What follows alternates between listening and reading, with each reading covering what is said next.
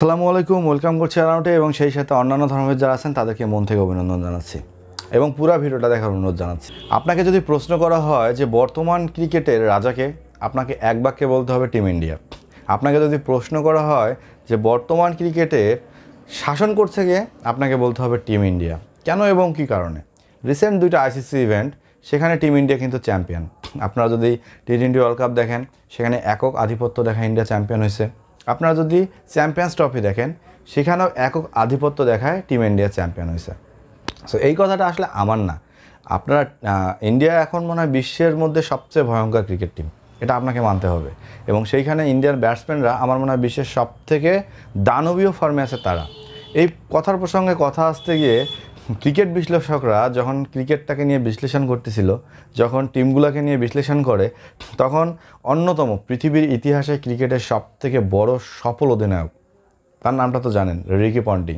Australian এই অধিনায়ক যতবার অস্ট্রেলিয়াকে ওয়ার্ল্ড কাপ জেতাইছে, আমার মনে হয় অস্ট্রেলিয়ার ওয়ার্ল্ড কাপ জেতার যে একটা অভ্যাস, এটা মনে হয় রিকি পন্টিংয়ের দ্বারাই সম্ভব হয়েছে। এবং রিকি পন্টিং ছিল বিধায় অস্ট্রেলিয়া মনে হয় তাদের এত বড় বড় টুর্নামেন্টগুলো তারা চোখ বন্ধ করে জিততে পারছে। কারণ রিকি পন্টিংয়ের ব্যাটিং, রিকি পন্টিংয়ের ফিল্ড সেট আপ, রিকি পন্টিংয়ের ক্যাপ্টেন্সি করার যে একটা জোর ছিল, এবং সেইখানে দলকে লিড করে দেওয়া, পরপর তিনবার ওয়ার্ল্ড কাপ নিয়ে আসা, এটা কিন্তু চারটিখানি কথা না। তো সেখানে রিকি পন্টিং এটাই স্বীকার করছে যে বর্তমানে ক্রিকেট বিশ্বের সবথেকে ভয়ঙ্কর ক্রিকেট টিম হচ্ছে টিম ইন্ডিয়া। কারণ আপনারা যদি ওডিআই টিমের দিকে তাকান, পারফেক্ট একটা ব্যালেন্স টিম। আপনারা যদি টি-20-র দিকে তাকান, পারফেক্ট একটা ব্যালেন্স টিম। আপনারা যদি টেস্টের দিকে তাকান, সেখানেও কিন্তু পারফেক্ট একটা ব্যালেন্স টিম। সেখানে বোলিং বলেন, ফিল্ডিং বলেন এবং অলরাউন্ড পারফরমেন্স বলেন, টিম ইন্ডিয়ার কিন্তু সবগুলো গোছানো। এবং সেইখানে আপনারা পৃথক পৃথকভাবে ওপেনিং স্লটও দেখতে পাবেন, বোলিং স্লটও দেখতে পাবেন, অলরাউন্ডার স্লটও দেখতে পাবেন। তো সব দিক বিবেচনা করে অস্ট্রেলিয়া বলেন, ইংল্যান্ড বলেন, নিউজিল্যান্ড বলেন, এই তিনটাই তো, এবং সাউথ আফ্রিকা বলেন, সব দিক যদি আপনারা বিবেচনা করতে যান, সেখানে টিম ইন্ডিয়ার উপরে আর কেউ নেই। আপনি সেটা ওডিআই র্যাঙ্কিং বলেন, টেস্ট র্যাঙ্কিং বলেন, বা আপনি টি-20 র্যাঙ্কিং বলেন, সবখানে কিন্তু ইন্ডিয়ার একটা দেখা যাচ্ছে অনেক বড় যে ভয়ানক রূপ, সেটা আমরা দেখতে পাচ্ছি। এখানে অনেকে আইপিএলকে প্লাস পয়েন্ট হিসেবে নেয় টি-20 টিমকার ক্ষেত্রে, কারণ আইপিএলে যেভাবে রান হচ্ছে, যেভাবে বল হচ্ছে, যেভাবে খেলতেছে প্লেয়াররা, সেই মেজাজটার উপর ডিপেন্ড করে কিন্তু আইপিএলে যে প্লেয়ারগুলো আসতেছে, সেই প্লেয়ারগুলোকে কিন্তু ইন্ডিয়া টি-20 খেলাচ্ছে। আমি যদি ভুল না করি, ইন্ডিয়ার এই মুহূর্তে টি-20 টিমে অভিষেক শর্মা এবং তিলক বর্মা সবথেকে বিধ্বংসী ব্যাটার, সঞ্জু স্যামসং সবথেকে অভিজ্ঞ এবং বিধ্বংসী ব্যাটার, এবং সেই সাথে তাদের সূর্যকুমার যাদবের মতো 360 ডিগ্রি প্লেয়ার আছে।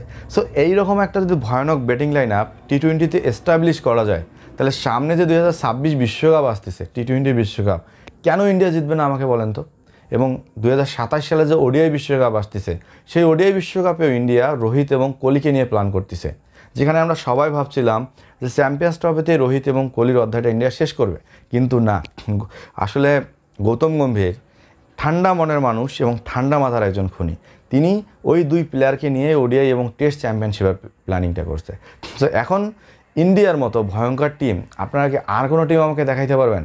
এক বাক্যে পারবেন না। কারণ ইন্ডিয়ার ব্যাটিং, বোলিং, ফিল্ডিং এবং ইন্ডিয়ান যে প্লেয়ারের তালিকা আপনারা দেখেন, ওডিআইতে দেখেন গিল এবং রোহিত, তো একটা বিধ্বংসী ওপেনিং পার্টনারশিপ।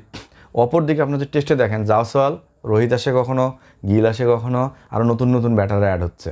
এবং টি-20 অভিষেক শর্মা, সঞ্জু স্যামসং, সূর্যকুমার যাদব প্রথম টপ 3 বিধ্বংসী। সেই সাথে এইবার দেখবেন ঈশান কিষানও কিন্তু অ্যাড হয়ে যাবে।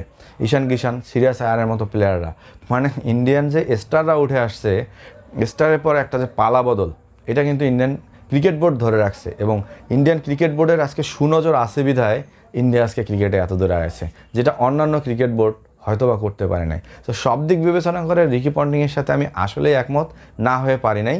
তিনি যে কথাটা বলছে যে এই মুহূর্তে বিশ্ব ক্রিকেটের সবথেকে ভয়ানক টিম হচ্ছে টিম ইন্ডিয়া। সো রানাউটে যারা দেখছেন তারা অবশ্যই লাইক, কমেন্ট, শেয়ার করবেন এবং সেই সাথে চ্যানেলটিকে সাবস্ক্রাইব করতে ভুলবেন না।